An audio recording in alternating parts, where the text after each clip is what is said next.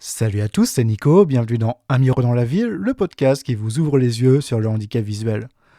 Aujourd'hui, je vais vous parler d'une nouveauté, enfin quelque chose qui est assez récent dans ma vie de tous les jours, dans ma vie quotidienne, c'est l'intelligence artificielle, l'IA si vous préférez. Et j'ai envie de prendre vraiment le spectre de la déficience visuelle. Est-ce que ça nous apporte quelque chose en termes d'autonomie ? Est-ce que ça peut pas nous rajouter des fois de la frustration en termes d'utilisation ? Est-ce que ça va vraiment nous aider dans notre vie quotidienne ? Et surtout, mais ça fait quoi pour un aveugle une intelligence artificielle ? Donc c'est parti, on va déjà commencer par définir c'est quoi une intelligence artificielle et quels outils on utilise quand on est DV. Alors, une intelligence artificielle, ça reste un outil, un logiciel auquel on va lui poser des questions et elle va tenter de nous aider à y répondre. Et c'est plutôt intéressant pour une chose, en tout cas quand on est déficient visuel, c'est l'analyse d'images. Aujourd'hui, une intelligence artificielle, elle est capable, sur une image, de récupérer énormément d'informations, d'analyser le contexte de l'image, de nous donner pas mal de choses et pas mal d'infos. Donc on peut penser par exemple au courrier. Actuellement, il y a encore quelques années, même quelques mois, pour lire un courrier, que ce soit sur son iPhone, que ce soit avec une machine à lire, qui est une machine spécifique pour les déficients visuels, on doit scanner son courrier, et derrière, on a une reconnaissance optique de caractère, et ça va nous lire tout le document. Il y avait quelques outils où on pouvait poser des questions sur le document, mais on ne peut pas vraiment parler d'intelligence artificielle. C'était plus un programme qui permettait, par exemple, de récupérer que les chiffres, par exemple, sur une facture. Mais là où l'intelligence artificielle est vraiment très intéressante, c'est que par exemple, je prends en photo mon courrier que je viens de recevoir. Tout de suite, il va me faire déjà un premier résumé. Donc, je vais déjà savoir de qui me l'a envoyé, rapidement l'objet, et après, c'est vrai que des fois, elle ne va pas aller très loin dans le résumé. Mais je vais pouvoir lui poser des questions pour lui demander, mais c'est quoi du coup, lis-moi complètement le courrier, ou des choses comme ça. Et en fait, là où c'est très intéressant, c'est que quand on doit faire lire un document, on va dire avec la vieille méthode, ça va tout nous lire. Et ça va lire dans un ordre que des fois on n'a pas choisi. Je prends un exemple tout bête. Quand je vais chez l'ophtalmo, elle me sort une ordonnance. C'est un ophtalmo dans un hôpital.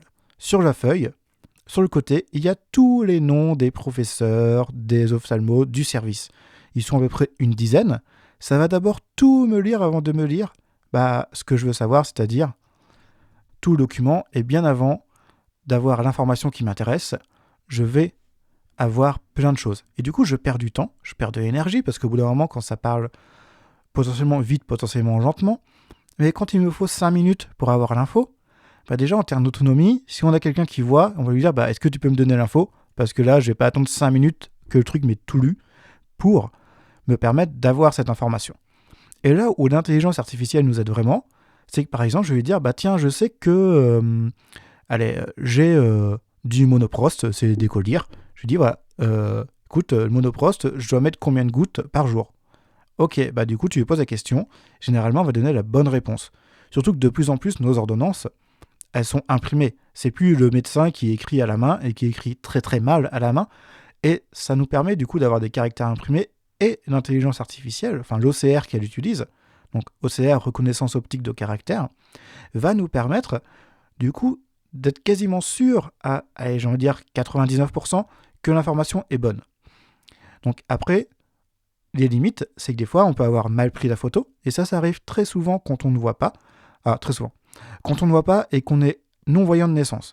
Et les personnes qui ont déjà vu, généralement, moi, ce que je constate en tant que formateur, c'est qu'elles ont moins de mal à prendre une photo, de prendre en photo un document.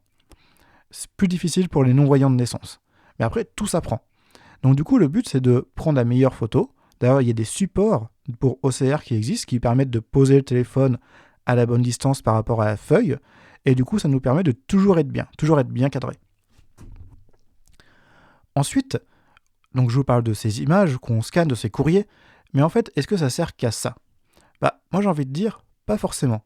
Donc, outre le côté ChatGPT ou OpenAI, ils nous font des super vidéos. Là, il y a bientôt 1 an, ils ont sorti une vidéo d'un aveugle qui, dans la rue, demande à ChatGPT dis-moi quand il y a un taxi qui passe avec telle lumière, parce que ça veut dire que le taxi n'a personne dans son taxi, donc du coup, dis-moi que je lui fasse signe pour qu'il s'arrête.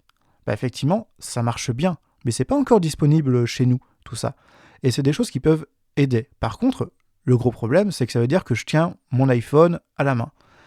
Personnellement, un iPhone qui coûte en moyenne autour des 1000 euros, quand on prend les derniers modèles, j'ai pas envie de le tenir à la main en pleine rue, où potentiellement il y a beaucoup de monde, et ça reste un iPhone, hein. C'est pas parce que c'est l'iPhone d'un aveugle qu'on peut pas lui voler. Parce qu'il n'y a pas de logiciel spécifique installé sur cet iPhone. C'est juste VoiceOver qui est activé. Et en soi, on peut très facilement désactiver. Donc, j'ai pas envie de me trimballer avec mon iPhone à la main. Moi, ce qui me manque, ce qu'on disait, c'est une paire de lunettes avec une caméra déportée, avec des micros qui me permettent de dialoguer directement avec l'intelligence artificielle. Et là, du coup, ça peut être hyper intéressant. Mais, outre ça, est-ce que ça aide vraiment ? Moi, personnellement, sur des recherches, ça peut aider. Parce que souvent, on peut tomber sur des sites internet qui sont des fois complexes, qui sont difficiles. Par contre, à chaque fois, il faut toujours prendre avec des pincettes ce qu'elles nous racontent. Alors, moi, j'ai découvert une entreprise qui s'appelle Perplexity. Je ne suis pas affilié avec eux, j'ai pas du tout de contrats commerciaux avec eux. Mais ce qui est bien avec eux, c'est qu'ils vont sourcer la réponse. C'est-à-dire qu'ils vont nous dire, voilà, j'ai été chercher l'information sur tel site. Donc si tu veux la vérifier, tu peux vérifier l'information. Là où quand on est sur du ChatGPT, quand on est sur des Gemini, on n'est pas du tout sûr de l'information. Enfin, ils vont la chercher quelque part, mais des fois, ça peut se tromper. Et c'est là où on arrive dans les limitations de l'intelligence artificielle. Je vais vous donner un exemple. Il y a peu de temps, c'était Noël. J'ai ma petite sœur qui m'a offert les Lego en forme de fleurs pour un peu égayer mon appartement. Et je me dis, bon, ok, il y a la petite erreur de, oui, mais comment je fais pour les monter ? Bon, elle me dit, il n'y a jamais des. Mais moi, j'ai envie des fois de tester des nouvelles choses et je me dis, attends, le manuel du Lego, il est disponible sur le site de Lego. Donc, je vais chercher, je me mets sur ma page de mon intelligence artificielle préférée, je lui donne le PDF du manuel de montage et je lui dis, écoute, donc je suis aveugle, aide-moi à faire le montage du Lego. Donc, ça veut dire que moi, j'ai besoin que tu me donnes étape par étape. Donc ça c'est bien, c'est numéroté dans les manuels de Lego, que tu me donnes les pièces à utiliser avec le nombre, la forme, la taille, la couleur si possible, et qu'ensuite tu m'expliques comment assembler les pièces pour l'étape. Donc en ça je me dis, sur le papier, ça peut marcher. Et en soi, ça ne marche pas pour une simple bonne raison. C'est que l'intelligence artificielle, quand elle ne sait pas, elle fait ce que beaucoup d'êtres humains font généralement, au lieu de dire « je ne sais pas » ou « je ne peux pas », elle va balancer quelque chose de faux. Voilà, et énormément d'êtres humains font ça. Et en fait, on ne peut pas lui demander de faire mieux qu'un être humain, vu que c'est un être humain qui a développé cette intelligence artificielle. Mais le problème là, c'est que moi je me dis, chouette, elle me donne une réponse, et en fait, par exemple, la première réponse, elle me demandait de trouver des pièces qui n'existent pas. Dans sa description, c'est pas bon. Et j'ai essayé, par d'autres méthodes, de lui dire, attends, tu te trompes. Elle fait, ah oui, effectivement, je me suis trompé.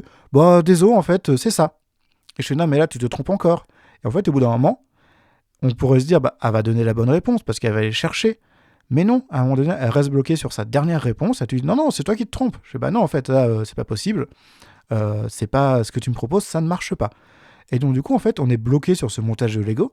Alors, Lego, si vous m'écoutez, je ne pense pas, mais clairement, vous avez toutes les briques, sans mauvais jeu de mots, pour pouvoir faire des manuels de montage audio avec les différentes étapes, les pièces à chercher, parce qu'on a juste à donner la forme, la couleur, la taille, et avec ça, on peut quand même bien se débrouiller, et sur les assemblages, on peut vraiment avoir quelque chose de bien. Et si on entraîne une intelligence artificielle à repérer les manuels de montage, à expliquer comment ça fonctionne, et du coup, si on l'entraîne et qu'on l'aide, du coup, à savoir comment décrire une étape, peut-être que ça fait bon nombre de personnes qui pourraient accéder au montage de Lego, faire des Lego sympas. Franchement, moi, Lego, demain, ils me disent, mais tiens, regarde, là, le Faucon Millennium à 800 balles, on t'a fait un manuel audio. Alors, ok, il y a 7000 et quelques pièces. Oui, ça veut dire que je vais galérer dans les premiers temps à chercher mes pièces. Mais en même temps, je crois que tout le monde galère, qu'on soit voyant ou non-voyant, tout le monde galère sur des Lego. Mais bon, là, je me perds un petit peu, j'étais quand même parti sur d'intelligence artificielle. Mais pour dire que ça peut nous aider, pour dire que c'est un outil qui est quand même très récent. De plus en plus, on a des outils pour dialoguer en langage naturel avec elle, enfin avec eux en fait, ces intelligences artificielles. Mais le problème que moi j'ai encore pour l'instant, c'est qu'on ne peut pas leur faire confiance totalement.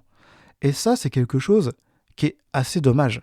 Parce que clairement, si demain, je peux faire confiance à mon IA pour m'aider à me déplacer, pour m'aider à faire un trajet, pour m'aider à monter un Lego, pour m'aider à monter un meuble, pour à faire une recette de cuisine, à être sûr que ça soit bon, franchement, ça serait énorme. Imaginez, j'ai mes lunettes avec mon intelligence artificielle qui regarde ce que je fais. Bien sûr, c'est moi qui lui dis « regarde ce que je fais ». J'ai ma balance, moi j'ai une balance parlante pour les aliments quand je fais ma cuisine, mais imaginons ma balance, elle tombe en panne. Je reçois des personnes ce soir, plutôt que de leur dire désolé, on va faire Uber Eats parce que en fait ma balance, elle a déconné, j'ai pas pu faire à manger. Et vous allez me dire c'est quand même bête, parce que une balance, au pire, tu vas à ton supermarché d'à côté, pour 10-15 balles, on peut en trouver un modèle chouette, qui pèse, au final c'est ce qu'on demande à une balance, et j'aurais très bien pu demander à cette intelligence artificielle de me dire dis-moi quand sur la balance, ça arrive à 150 grammes. Et ça c'est possible à faire en fait, parce qu'on peut lui dire à tel moment, tu me dis stop.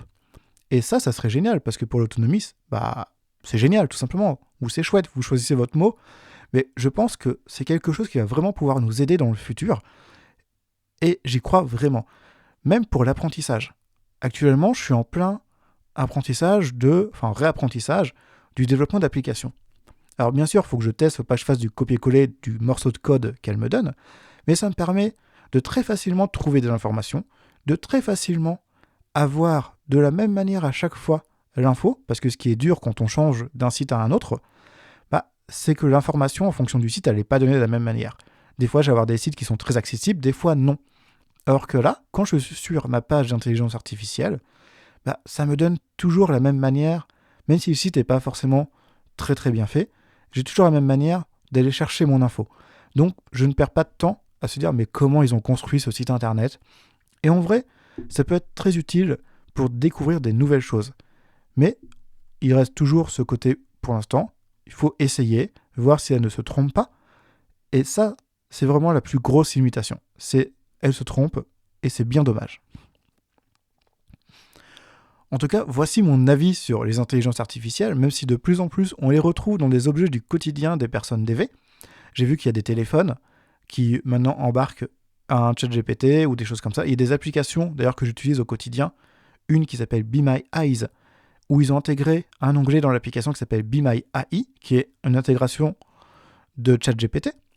Et en fait, ça me permet de prendre en photo tout et n'importe quoi et de me faire aider. Et elle marche plutôt bien. Ils l'ont bien entraînée, donc c'est très très intéressant. Mais en dehors de ça, pour l'instant, on ne peut pas faire confiance aux IA. Et surtout, il nous manque aussi, comme je le disais un peu plus tôt, il nous manque un outil avec des caméras déportées qu'on connecte au téléphone et qui nous permettrait, du coup, de ne pas avoir à sortir son iPhone et de ne pas avoir à le tenir à la main et de ne pas avoir une pochette ridicule autour du cou pour mettre son iPhone dedans. Voilà, c'est ça clairement, je trouve ça très très moche. J'espère que cet épisode vous aura plu. Je vous dis, comme d'habitude, partagez l'épisode, écoutez-le, commentez-le.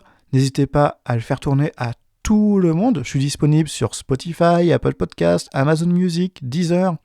Je crois Podcast Addict aussi, pour ceux qui ne veulent pas aller sur des plateformes de géants du podcast. Si vous souhaitez participer à l'émission, vous n'oubliez pas, mon adresse mail c'est nicolas@unbureaudanslaville.fr. Si vous avez des questions, c'est la même adresse mail, donc n'hésitez pas, vraiment, allez-y.